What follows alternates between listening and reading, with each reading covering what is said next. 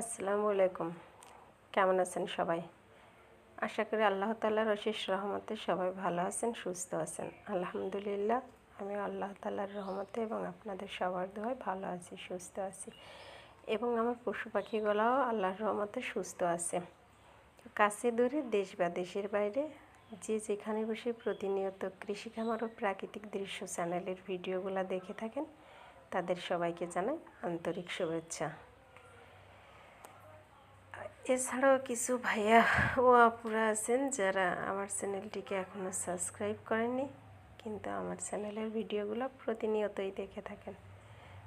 সে সকল ভাইয়া ও আপুদের জন্য রইল অসংখ্য ধন্যবাদ এবং চাইলে আপনারা আমার চ্যানেলটিকে সাবস্ক্রাইব করতে পারেন, ছোট্ট একটা লাইক দিয়ে পাশেই থাকতে পারেন। প্রতিনিয়ত আমি যে সমস্ত ভিডিওগুলো দিয়ে থাকি, আপনারা যে প্রতিনিয়ত আমার ভিডিওগুলো ধৈর্য সহকারে, মনোযোগ সহকারে আমার চ্যানেলের সাথে থেকে যে আমার চ্যানেলের ভিডিওগুলো দেখেন, এটাই আমার কাছে অনেকটা আনন্দের। তো আপনারা সবাই হয়তো এটা জানেন যে কবুতর, হাঁস, মুরগি এগুলো আমি আমার বাড়িতে আমি যে শখ করে পালন করে থাকি সেগুলোর ভিডিওই কিন্তু দিয়ে থাকি। আর এটাও জানেন যে আমি পশু পাখি পালন করতে খুব ভালোবাসি, আর আমার পশু পাখি পালন করা আমার একটা শখ, আর আমার খুব ভালো লাগে।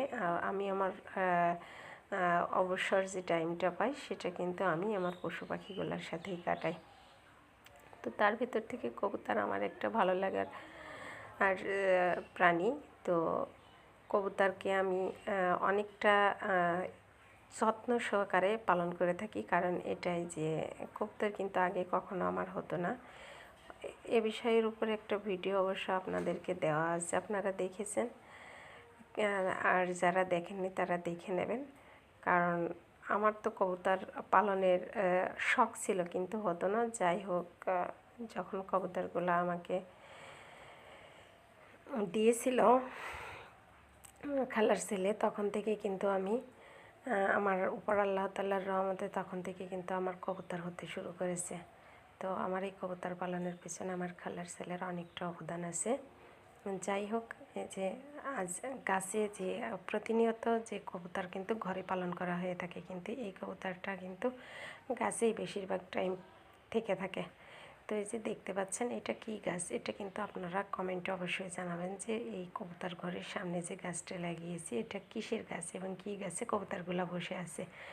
তো এই কবুতরগুলো কিন্তু ছেড়ে দিলে যে মাঠে বা অন্য কোথাও উড়ে যাবে সেটা কিন্তু যায় না। যখন খাবার দিই নিচেই, তখন খাবারগুলো খেয়ে নেয়। খাবার খেয়ে কিন্তু ঠিক সুন্দরভাবে এই গরমে কিন্তু এই কবুতরগুলো গাছের ডালে কিন্তু বসে থাকে। শুধু গরমেই নয়, শীতের সময়ও কিন্তু কবুতরগুলো এই গাছের ডালে এমনিভাবে এত সুন্দরভাবে বসে থাকবে যে দেখতেই খুবই সুন্দর লাগবে এবং অনেকটা মনোমুগ্ধকর পরিবেশ আমার কাছে মনে হয়, আমার কাছে ভালো লাগে যখন কবুতরগুলো এখানে ডালে, গাছের ডালে সুন্দরভাবে বসে থাকে পাখা মেলে, তখন অনেকটা সুন্দর লাগে।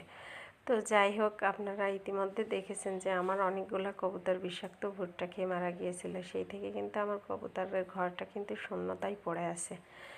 অল্প কিছু কবুতর ছিল, মাত্র দুইটা কবুতর ছিল। তো দেখা যাক সেটা থেকে কি হয়। আর এই যে কবুতরটা দেখতে পাচ্ছেন, এটা কিন্তু আমার খালা আম্মার কবুতর। তো এই কবুতরের এই যে ঘরটা দেখতে পাচ্ছেন, এটা কিন্তু লোহার খাঁচা দিয়ে তৈরি।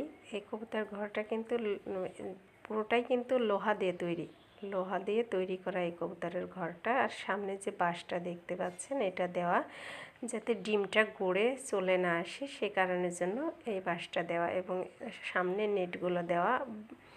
এক কথায় ঘরে যেমন টিন সেটের ঘরে যেমন বারান্দা থাকে, এই লোহার খাঁচাওয়ালা ঘরটাতেও কিন্তু ঠিক সেভাবেই বারান্দা দিয়ে দেওয়ার, যার জন্য নেটটা লাগানো।